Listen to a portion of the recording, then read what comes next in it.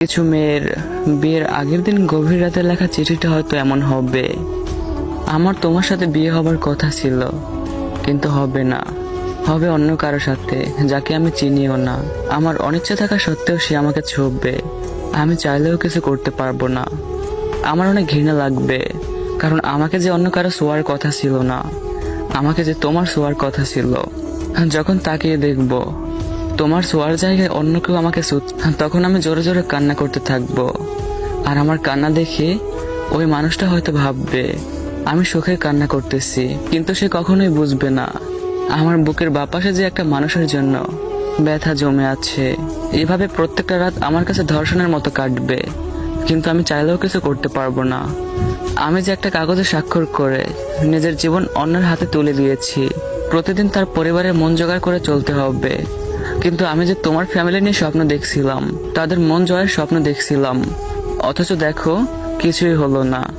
একসময় আমি অভ্যস্ত হয়ে যাব, তারপর একদিন হঠাৎ করে শুনবো আমি মা হব।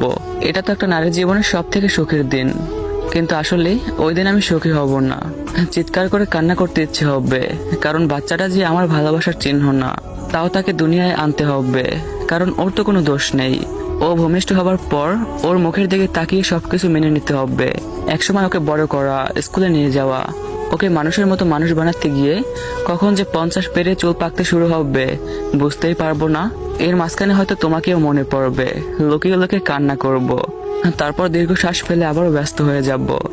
এভাবেই সময় কেটে যাবে। তারপর হয়তো কোনো এক রাতে ঘুমের মধ্যেই হারিয়ে যাব। হয়তো তুমি সেই দিন জানবেও না, হয়তো আমার কথা মনে করবে, হয়তো আমার কথা মনে করে বালিশ চাপা দিয়ে কান্না করবে। কিন্তু সেদিন শত কান্না করেও কোনো লাভ হবে না। আর আমার মনে সেই কথাগুলো না জানাই রয়ে যাবে তোমার আজীবন।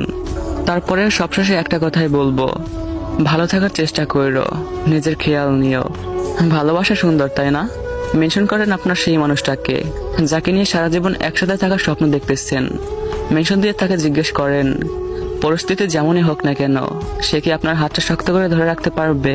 আর ভাইয়াটাকে যদি হারাতে না চান, তাহলে চাইলে ভাইয়াটার এই আইডিটাকে ফলো করে রাখতে পারেন। ধন্যবাদ সবাইকে।